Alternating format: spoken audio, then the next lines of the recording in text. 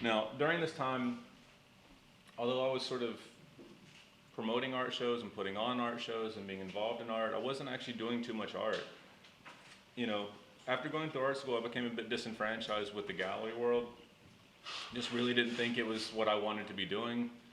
And so, I was happy to promote other people that were doing it, but for myself, I kind of retreated for a couple years and just didn't make anything. During that time, I was making my living though by screen printing T-shirts.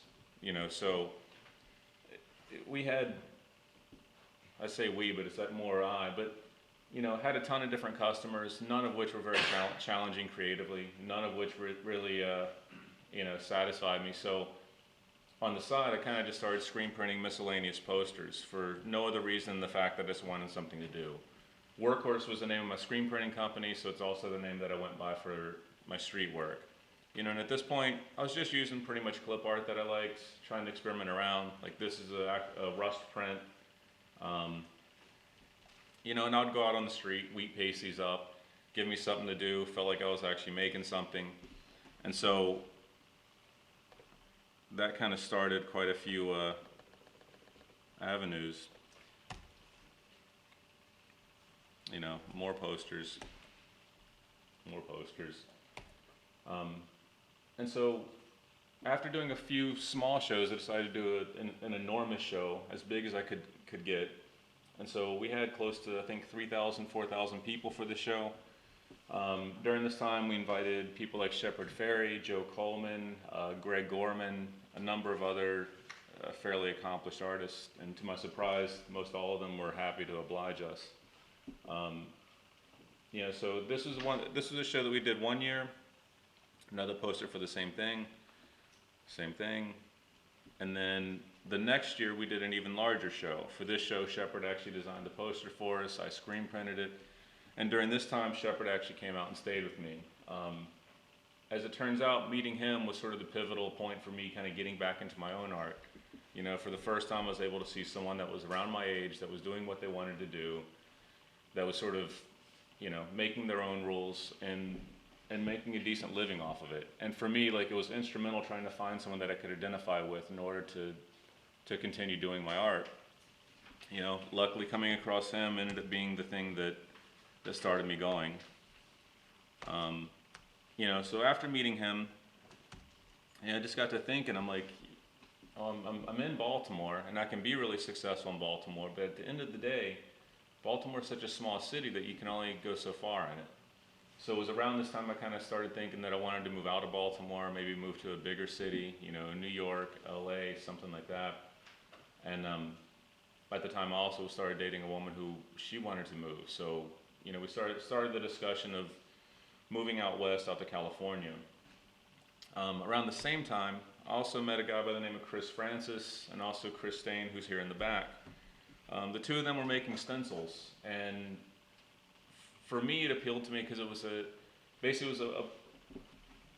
a much more blue collar screen printing. And so being able to sit down and kind of carve out the stencils and to see what you're making and use your hands on it and get your mind behind it really appealed to me. Chris Francis and Chris Stain both had a similar approach or a similar subject matter.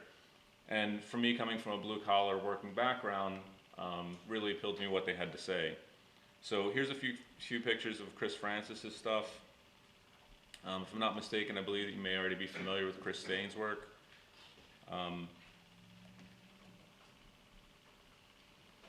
And so although I enjoyed what they were doing, I liked it, but at that point I still hadn't started stenciling.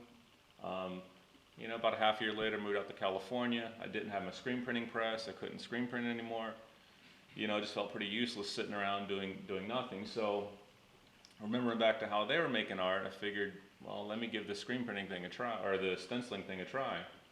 So I started at first I just started doing portraits, simply because I had such a surplus of photos sitting around of people that I knew, and it was just an easy starting point for me to go.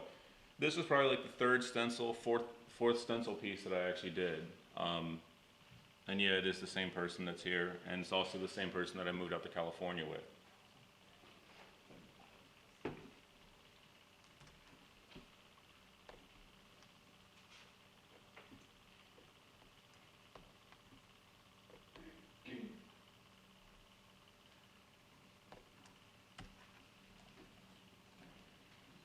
believe this was actually the second stencil piece that I had done.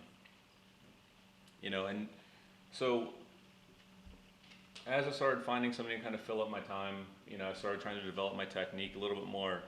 And as it would turn out, this would be a 5 or 6 year process of me trying to master the actual medium of stencils. You know, so it'd start with a simple photo, and then that would be the finished piece. And so anyone that I was friends with, that I hung out with, that I knew, that I even remotely saw on any regular basis, at some point probably had a stencil of them made. I would guess I probably did at least around 100 or so stencils that year. And anything that I thought would make an interesting stencil, I'd, put it through the task of finding a way to make it work. And so with all of these are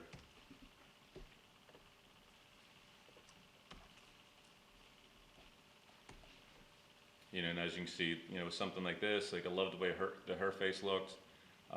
His wasn't quite as spectacular, so we just go in and crop out things.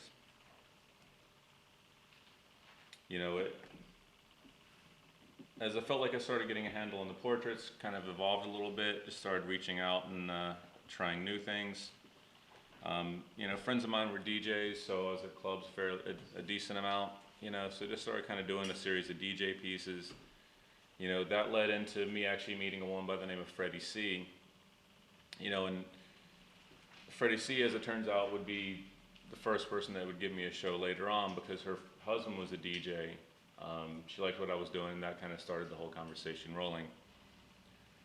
While I was in San Diego, in addition to the stencils, as odd as it sounds, I couldn't stand to sit around and relax. So every second of my day, I tried to fill up with doing something. I've never considered myself a graffiti artist, even remotely. But I enjoyed like the idea of just kind of going out and getting up wherever you could and sort of announcing yourself. So again, the name Workhorse is one that I went by. In San Diego, I would just go out and start doing huge rollers, wherever I could, as many places as I could. And again, just another way to kind of get out there, creatively do something.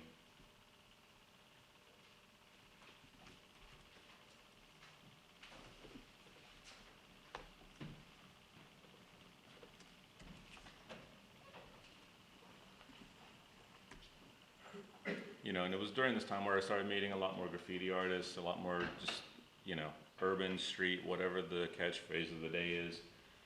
Just people that were out there doing things. And that kind of led to me becoming a little more integrated into like the San Diego art scene.